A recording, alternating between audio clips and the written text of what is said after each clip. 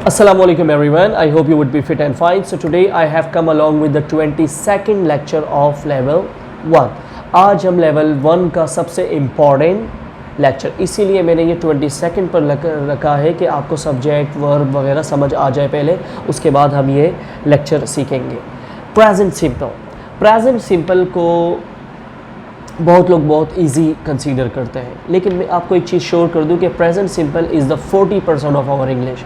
हमारी English language का 40% present simple है। देखें, प्रेजेंट सिंपल आपको अंदाज़ा हो जाएगा कि क्यों मैंने इसको 40% ऑफ इंग्लिश कहा है। प्रेजेंट सिंपल, जो बात आप जनरली आमतौर पर करते हैं वो प्रेजेंट सिंपल है। जो कुदरती सच्चाई आप बताते हैं, नेचुरली जो चीज़ें होती हैं वो प्रेजेंट सिंपल है। डेली तौर पर आप जो सब कुछ करते हैं वो प्रेजेंट सिंपल है।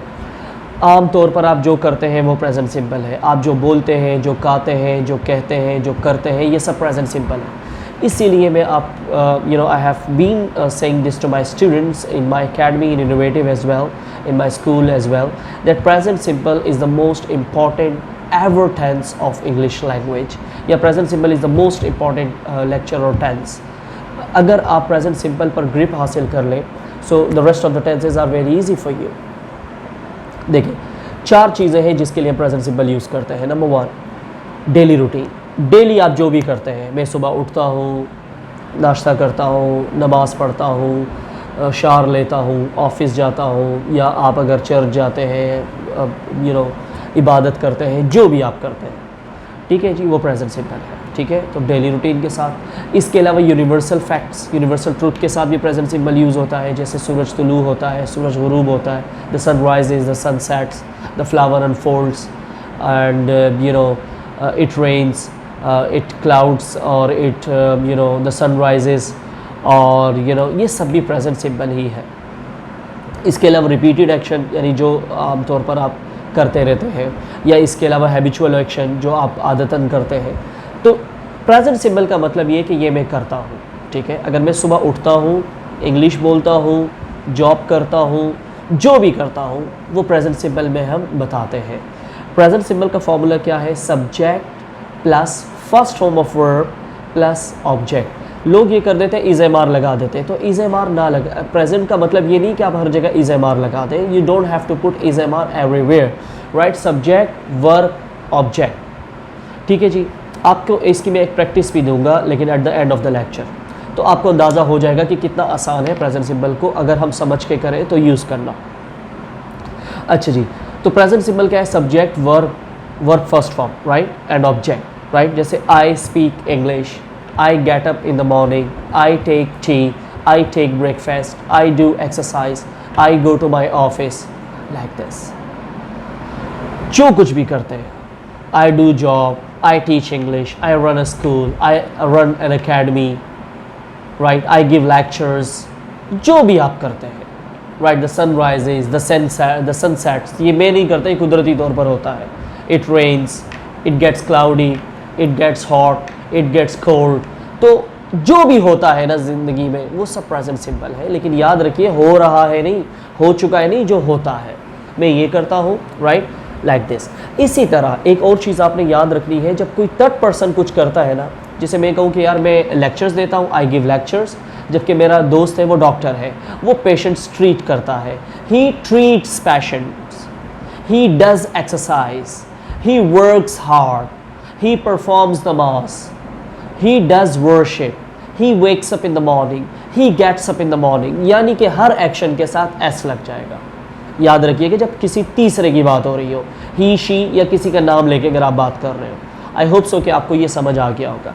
इसी तरह जब आप इसके नेगेटिव बनाएंगे, क्योंकि फॉर्मूला में सब्जेक्ट, वर्ब और ऑब्जेक्ट है, कोई भी हेल्पिंग वर्ब नहीं है, तो याद रखिएगा प्रेजेंट सिंपल में जब आप नेगेटिव बनाएंगे तो डू और डस को आप एज अ हेल्पिंग वर्ब लेंगे, राइट? जैसे आई स्पीक इंग्लिश है तो आई डोंट स्पीक इंग्लिश हो जाएगा, राइट? अब मैंने अपने फ्रेंड की बात की, ही स्पीक्स इंग्लिश है तो ही डजंट स्पीक इंग्लिश हो जाएगा।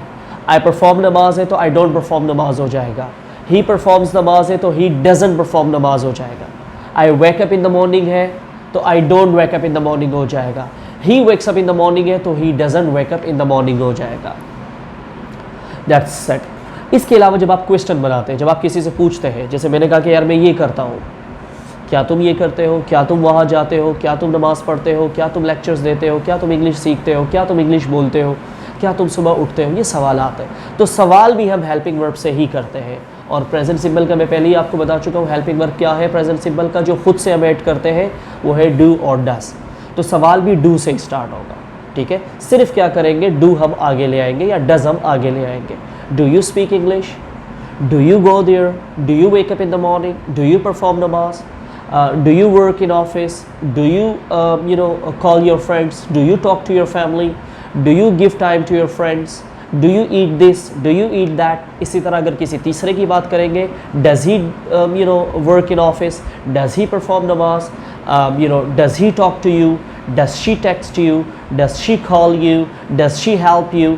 कोई भी बंदे किसी की भी बात करके क्या ये करता है, इस तरह से। आई होप सो कि आपको समझ आ गया होगा। अब मैं एक छोटी सी एक्सरसाइज आपको देता हूँ, आप लोग चेक कीजिएगा अपने घर पर।